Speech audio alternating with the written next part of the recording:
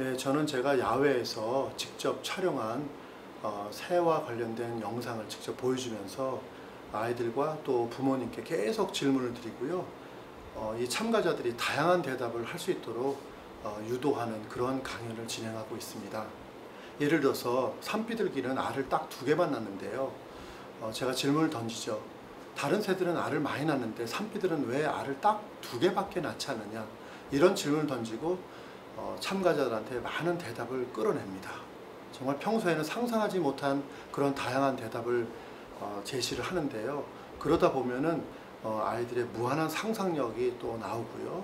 또 어머님들도 아이들이 직접 얘기하는 그 현장을 목격하면서 더 많은 생각들을 하게 되는 그런 결과를 낳는 강연이라고 생각을 합니다. 얘들아 안녕. 안녕하세요. 얘들아 안녕. 안녕하세요. 선생님은 새를 관찰해서 동화를 쓰는 사람이야. 그런데 새 관찰을 하루 이틀, 일주일, 이주일 이렇게 짧게 할까? 아니면 1년, 2년, 3년, 4년, 5년 길게 할까? 길게 하겠지? 오랫동안 계속해서 뭔가를, 새를 관찰하다 보니까 신기하고 재미난 얘기가 저절로 나올까요? 안 나올까요? 나오겠지. 너희들도 몇 년 동안 뭔가를 관찰하면 멋진 이야기를 만들어낼 수 있어? 없어? 있어요. 자, 시작해 볼게요. 자, 여기 새를 하나 보여드리겠습니다. 이거 지금 무슨 새죠? 딱따구리. 딱따구리. 딱따구리는 밖에다 집을 짓고 사는 새예요? 아니면 나무에 구멍을 뚫어서 사는 새예요? 나무에 들어서. 그럼 나무에 구멍을 뚫어서 저 어미새가 들어가 사는 거예요? 아니면 새끼를 키우기 위해 사는 걸까? 알을 낳고 새끼를 키우기 위해서 저 구멍둥지를 만드는 거겠지?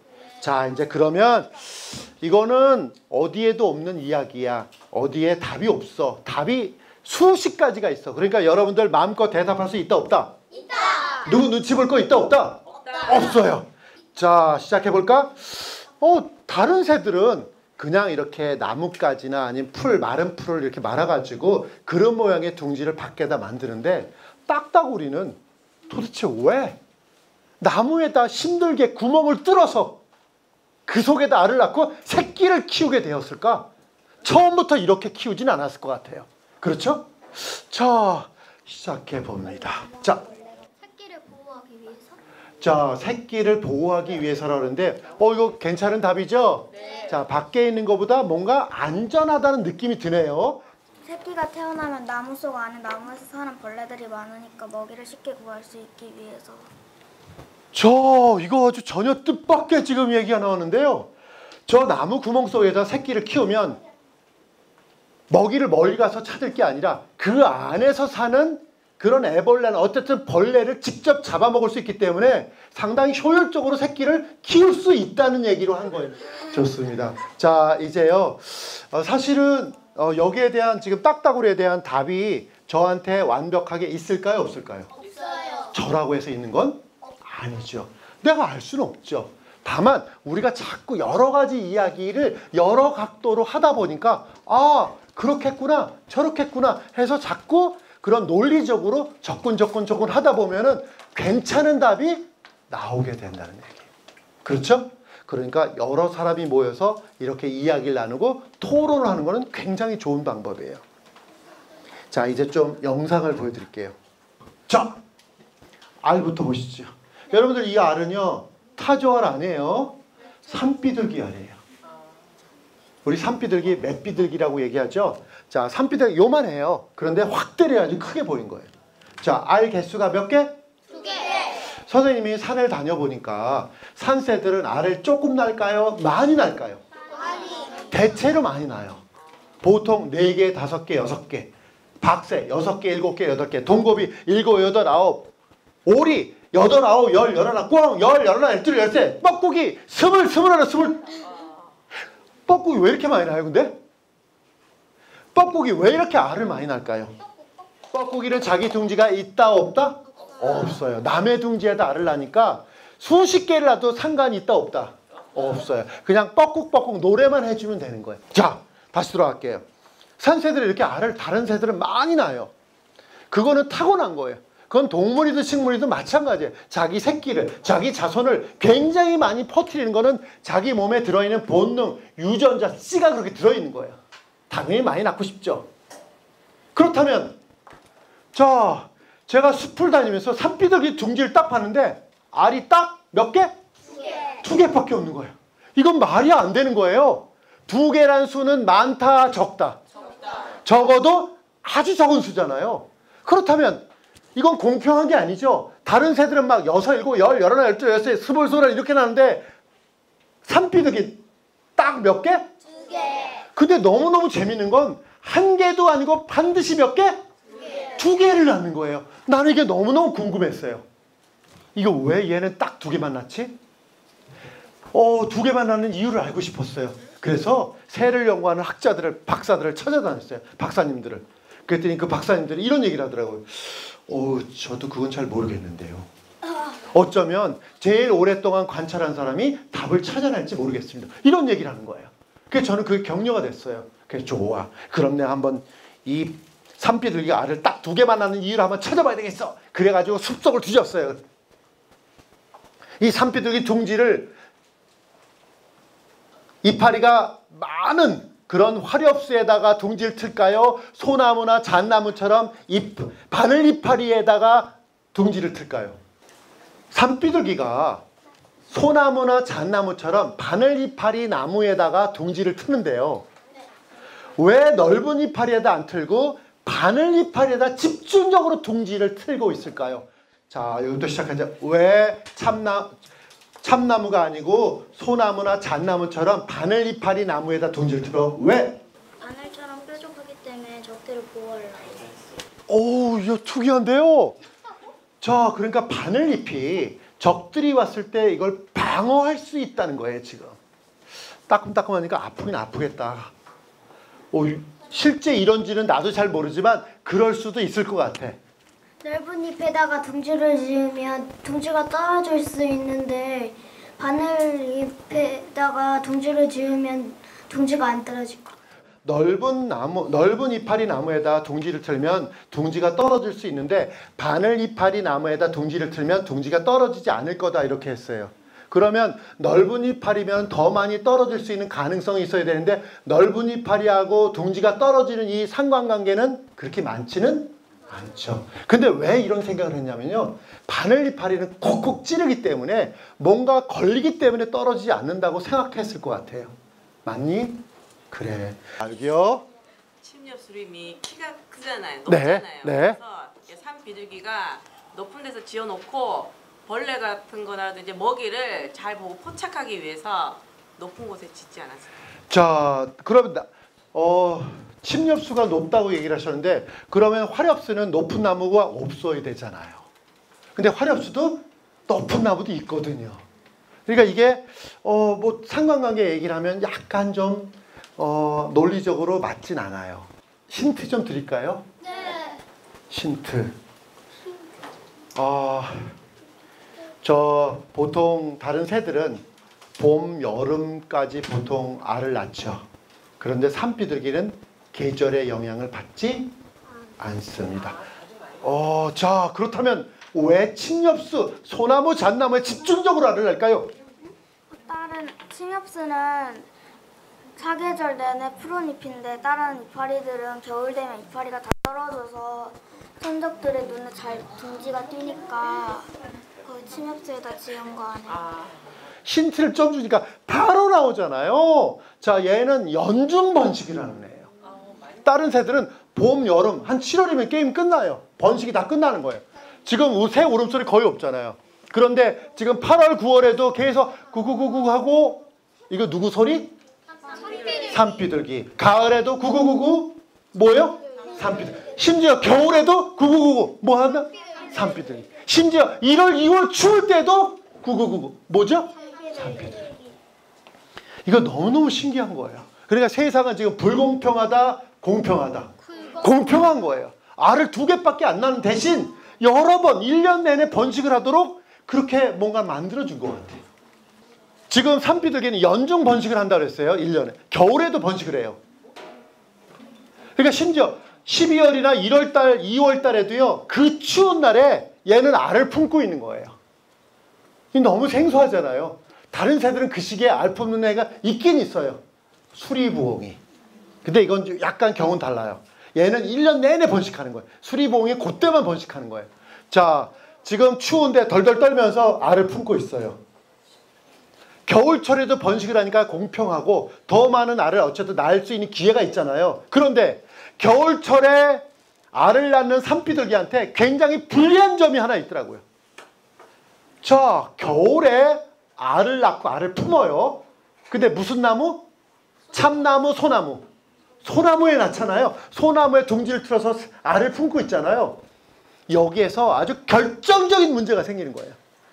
자, 소나무에서 알을 낳고 알을 품을 때 이 산비둘기한테는 어떤 엄청난 재앙, 힘겨운 일이 벌어질까요? 아주 결정타가 나오는 거예요. 어떤 끔찍한 일이 생길까요? 바람이 들어가고 어미 산비둘기는 추워서 자, 지금 접근을 한 거예요, 저 아이가. 지금 어쨌든 추운 바람이 숭숭 들어오니까 어미도 상당히 덜덜 떨면서 힘겹게 새끼를 키우는 게 아니냐 이런 얘기를 한 거예요. 자, 겨울철에 알을 낳고 알을 품을 때 어떤 끔찍한 일이, 어떤 끔찍한 재앙이 이 산비둘기한테 찾아올까요가 문제입니다. 소나무 위에 쌓인 눈이 좀 따뜻해지면서 녹으면 물이 들어와서 둥지가 망가지지 않을까? 지금 놀라운 지금 얘기를 했는데요. 겨울철에 알을 낳으니까 어떻게 보면 공평해진 것 같죠. 알 숫자는 몇 개 안 되는, 2개밖에 안 되는데 한겨울에도 얘는 알을 낳고 알을 품어요. 그런데 겨울에 폭설이 내리는 거예요. 폭설이 내리는데 자, 다른 참나무나 밤나무 같은 데는 이파리가 있어요, 없어요? 없잖아요. 다 떨어져 있잖아요. 휑하잖아요. 근데 소나무나 잣나무는 이파리 그대로 있잖아요. 거기에 눈이 쌓여요. 눈이 쌓이고 암컷 수컷이 제가 관찰해 보니까 한 5시간에 한 번씩 그 알 품는 걸 교대를 하더라고요. 자, 교대라면은 한 마리는 이렇게 둥지에 품고 있고요. 한 마리는 이 나뭇가지에 내려앉아야 되잖아요. 딱 내려앉는 순간 어떤 일이 벌어져요? 눈이 와르르 쏟아지는 거예요. 어디로 쏟아져요? 둥지. 둥지에 눈덩이가 쏟아지는 거예요. 딱 쏟아져서 둥지를 덮어요. 자, 덮으면 이제 어떤 일이 벌어지는 거죠? 알이 살 수 있을까요, 없을까요? 우리는 손으로 그냥 이렇게 걷어내면 될 것 같지만 새들은 발가락이 가느다랗잖아요. 이게 돼야 안 돼요. 그래서 포기하는 걸 봤어요. 그러니까 그렇게 호락호락한 삶은 아닌 거예요, 얘네들도. 자, 다시 돌아갈게요. 아까 처음에 얘기했던 거. 자, 이제 산비둘기 알은 딱 2개밖에 안 났는데 다른 새들은 굉장히 많이 난다. 여기까지 나왔어요. 자, 이제 다음 장면 보여드릴게요. 비디오입니다.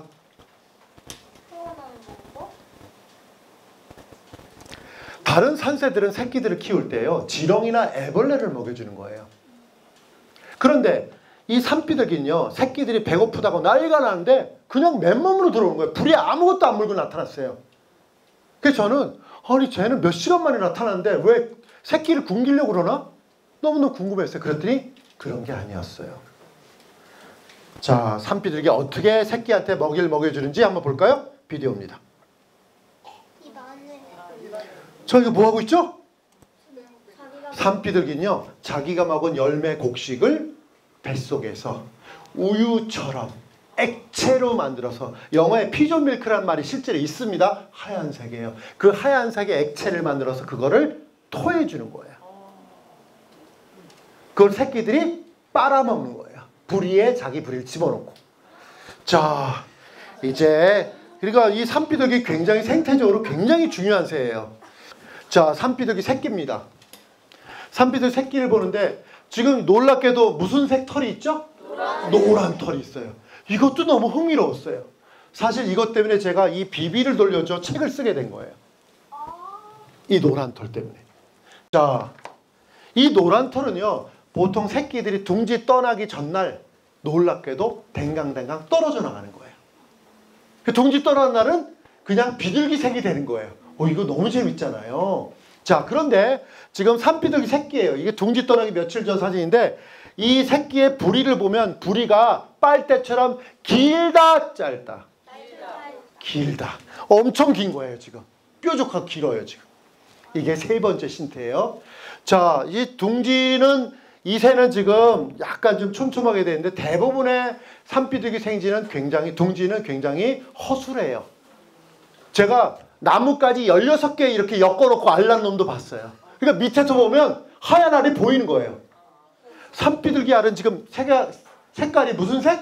노란색. 알은 무슨 색? 하얀색. 알은 왜 하얀색일까요?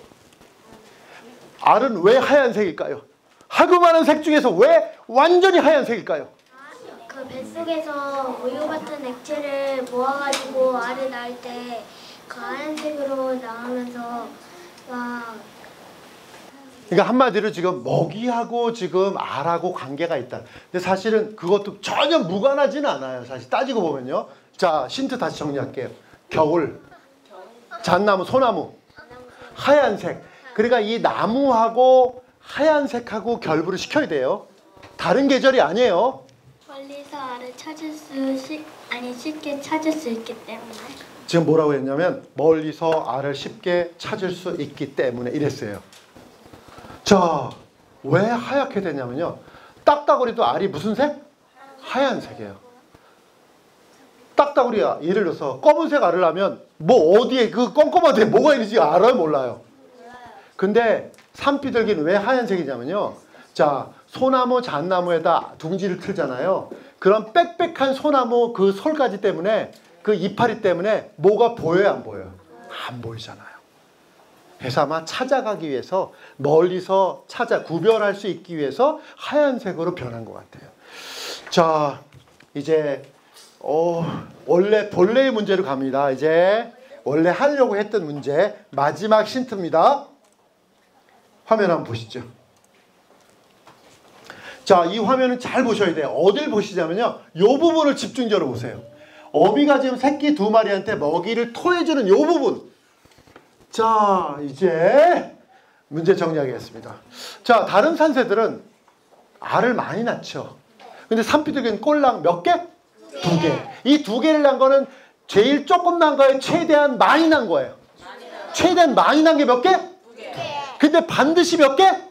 2개를 낳는 거예요, 산비둘기는. 너무너무 흥미롭잖아요. 자, 문제 갑니다. 산비둘기 도대체 왜? 무엇 때문에? 반드시 알을 딱 2개를 낳는데 이게 최대한 많이 난 거죠. 왜 산비둘기는 최대 알을 딱 2개만 낳고 최대 2마리만 키우도록 진화한 걸까요? 그렇게 살아가는 걸까요? 자, 왜 딱 2개만 낳는 거예요? 자, 이 장면을 잘 보시면 답을 찾아낼 수 있습니다. 자, 과연 이 답을 낼 수 있을까? 둥지 크기가 새끼 2마리가 최대한 클 수 있는 그 크기밖에 안 되는 것 같아요. 아, 둥지 사이즈가 2마리만 키울 수밖에 없다. 그 정도 넓이다. 그러니까 평수는 24평 정도. 여러 마리를 길러서 키우면은 좀 더 약한 애가 뒤쳐져서 살아남지 못하는 애들이 있을 수 있는데 2마리만 키워서 더 강하게 키우려고 2마리만 낳는 거. 만일 네 얘기가 그렇다면 한 마리만 키우면 정말 강하게 키울 수 있는데 왜 2마리를 키울까? 아, 아까 보니까 피존 밀크라고 하셨나요? 네. 그 새끼 부리가 들어갈 수 있는 공간이 엄마 부리 속으로 딱 그게 2마리의 부리가 들어갈 수 있는 공간밖에 안 돼서 그럴 것 같은데요. 이게 서로 교차될 때 이렇게 아, 예. 동시에 먹을 수 있을 때 그 공간이 딱 그 공간밖에 안 돼요. 정확히 말씀하셨어요. 저거 대신 아주 정확히 말씀하셨어요. 제가 아빠에게 무슨 말씀이냐면요. 자, 얘는 토해준다 그랬죠. 토해주면 새끼는 빨아먹잖아요. 그러니까 엄마 부리에다 부리를 집어넣죠. 자, 어미가 부리를 벌렸을 때 새끼 부리 몇 개? 2개가 따로따로 동시에 들어가서 어미가 토해주는 먹이를 빨아먹도록 진화했습니다. 그 얘기를 하신 내가 거예요. 먹고 싶다. 근데 왜 꼭 동시에 먹어야 돼요? 그게 최대한 많이 주니까. 한꺼번에 많이 주는 거니까. 이 새 좀 보시죠. 제가요, 숲속에서 들판에서 새들이 먹는 열매 씨앗들을 다 맛을 봤어요. 맛을 맛을 다 봤다고. 그런데 선생님이 지금 이 딱새가 먹고 있는 딱새 암컷인데 이 딱새 암컷이 먹고 있는 이거는 목련나무 열매예요. 가을에 주홍색 열매인데 이 주홍색 목련나무 열매를 끝으로 다시는 새들이 먹는 열매를 먹지 않기로 결심했어요. 그렇다면 저한테 좋은 일이 벌어졌을까요? 끔찍한 일이 벌어졌을까요? 끔찍한 일. 끔찍한 일이 벌어졌겠죠? 자, 나는 이 목련나무 열매를 하나를 먹었는데 먹는 순간 나한테, 선생님한테 어떤 끔찍한 일이 벌어졌을까요가 문제입니다. 그 목련나무 열매를 끝으로 안 먹겠다고 했는데 목련나무 열매가 너무 맛있어요. 아, 역설적으로 너무 맛있어서 이거 허를 찔리는데 완전히? 새들이 먹는 먹이를 먹어서 새들이 쫓아와서 공격할 거. 이렇게 되면 그림책이에요. 몸이 움직이질 않았어요. 몸이 움직이질 않았다. 자, 제가요 저 목련나무 열매를 딱 물어서 입에 넣고 깨물었어요. 깨물면 즙이 쫙 퍼지겠죠. 즙이 쫙 퍼지는 순간 혀가 돌덩이처럼 마비가 된 거예요. 이렇게 이렇게 된 거예요. 이거 난리 나잖아요. 근데 저처럼 이제 새를 관찰할 때는 새들이 워낙 눈치가 빨라가지고 누구랑 같이 다닐 수도 없어요. 혼자 다니는 사람한테 산에서 사고가 나면 돼야 안 돼요. 날 구제해 줄 사람이 없는 거예요. 그래서 산에 숲에 들어갈 때는 완전 무장을 하고 들어가요.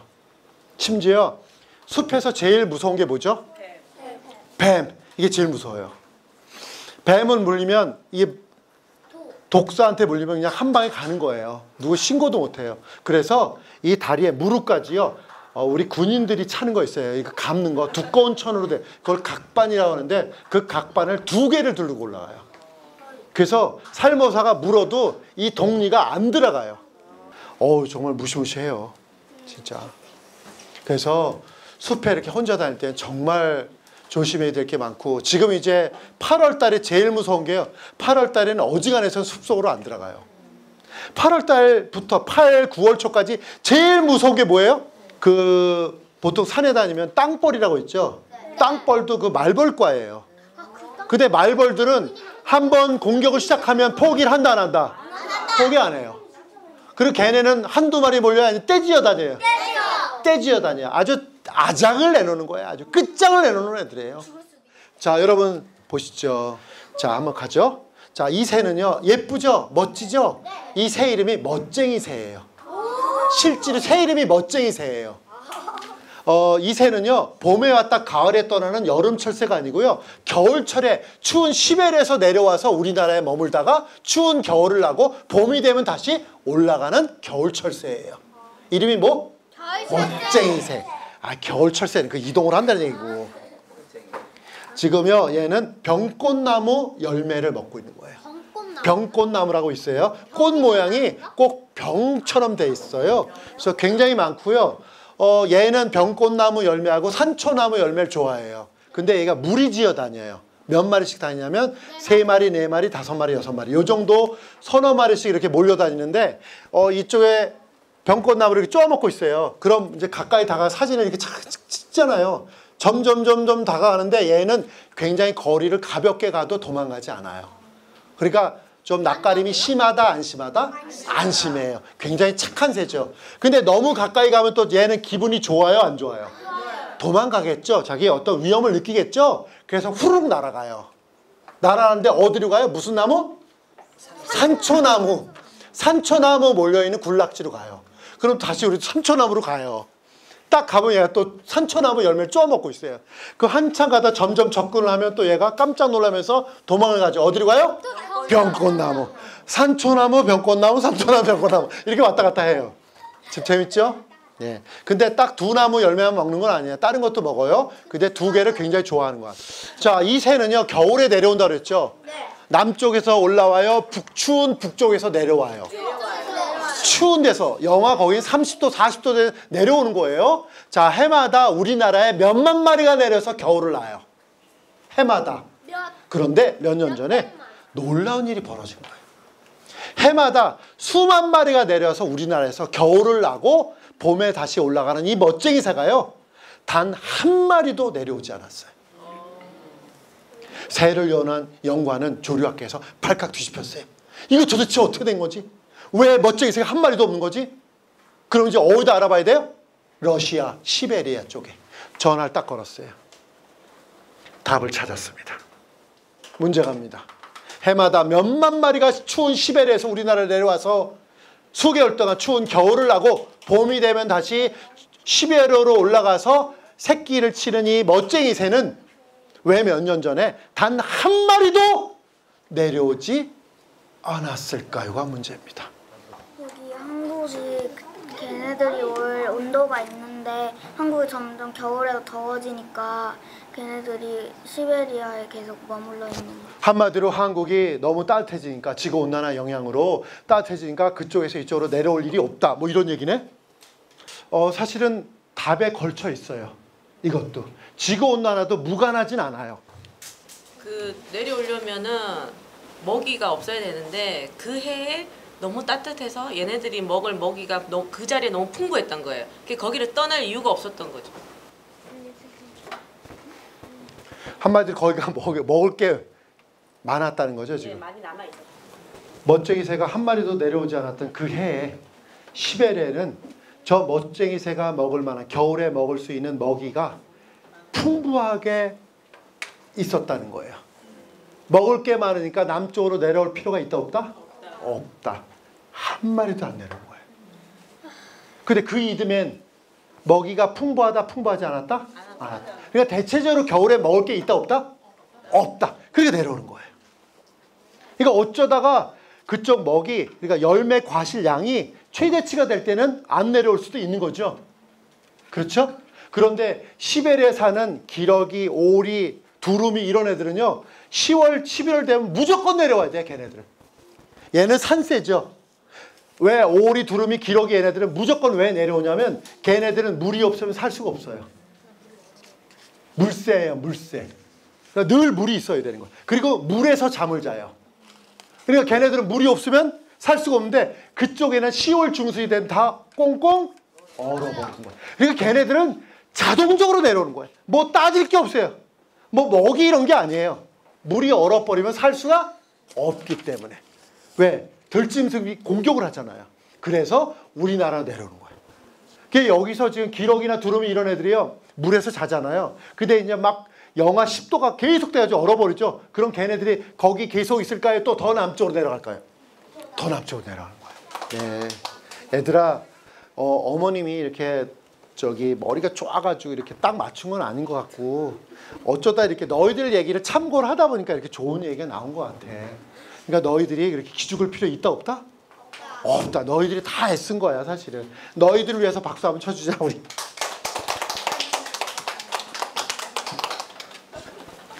자, 여러분 어떻게 즐거우셨어요? 네. 오늘은 특히 여러 가지 질문 중에서 가장 기억에 남는 질문은 역시 산비둘기가 알을 딱 몇 개 난다? 2개. 2개를 낳고 최대 2마리를 키우도록 그렇게 진화했잖아요. 그리고 우리 여러 사람들이 아이들이 여러 가지 의견을 다양하게 내니까 결국 좋은 의견, 좋은 답을 찾아내는 거를 우리가 직접 목격했잖아요. 그렇죠? 그러니까 정말 다양한 의견, 다양한 생각, 다양한 아이디어를 끄집어내고 그것을 가지고 이야기를 풀어내는 것이 얼마나 중요한지를 직접 오늘 목격하셨고 또 깨달으셨을 거라고 믿습니다. 이렇게 꽉 차게 모여주셔서 저도 감사드리고요. 자, 이렇게 자연이 생태 이야기가 생각할 게 많이 있다는 거를 이것만 알고 가시고요. 정말 아이들한테 정말 중요한 거는 여러 가지 중에서 어떤 거든지 지속적으로 계속해서 뭔가를 관찰하는 일이 엄청 중요하다. 이 얘기를 제가 말씀드리러 온 겁니다. 이상입니다. 네, 저희가 이제 흔하게 들꽃이나 뭐 산새에 대해서는 솔직하게 늘 이제 볼 수 있는 것들이라 소홀히 이제 지나가게 되고 관심을 많이 갖지 않게 되는 경우가 많은데요. 그래서 뭐 동물원을 가도 아주 뭐 우리나라에 살지 않는 뭐 특별한 것들만 이렇게 찾게 되는데 오늘도 그 산새 관련한 그런 강의를 들으면서 그냥 늘 내 옆에 있던 것들의 소중함을 새롭게 생각할 수 있는 그런 자리가 된 것 같아요. 곤지암 도서관은 경기도 광주시에 있는 도서관으로 앞에는 곤지암천이 흐르고 뒤에는 울창한 숲이 함께 어우러지는 친환경적인 도서관입니다. 저희가 과학을 특성화로 하고 있어서 그 양질의 과학 도서를 많이 구비하고 있고 그에 따라서 관련된 독서문화 프로그램 운영하고 있는데요. 그래서 이번 인문학 강연도 과학과 관련해서 아이들이 많이 관심 있어 하는 공룡, 새, 별자리 이렇게 해서 운영하고 있습니다. 이번 주제 도서는 권호준 작가의 나라라 삑비가입니다. 작가의 실화를 바탕으로 지어진 책으로 어미에게 버림받는 야생오리를 입양해 자연으로 돌려보내기까지의 1년여의 과정을 동화로 엮었습니다. 어린이들에게 동물과 사람의 따뜻한 교감, 새들의 생태, 그리고 친구로서 동물을 바라보는 마음가짐 등을 전해줍니다. 2017 도서관 기류의 인문학 프로그램을 운영하고 있는 곤지암 도서관은 광주시립도서관의 분관으로 과학 분야를 특성화한 도서관입니다. 평생교육 프로그램을 시행하여 지역 주민들이 책과 도서관을 친근하게 느끼게 도와주고 다양한 독서 체험과 문화 강좌를 개최해 지역 내 독서 문화 조성을 위해 노력하고 있습니다.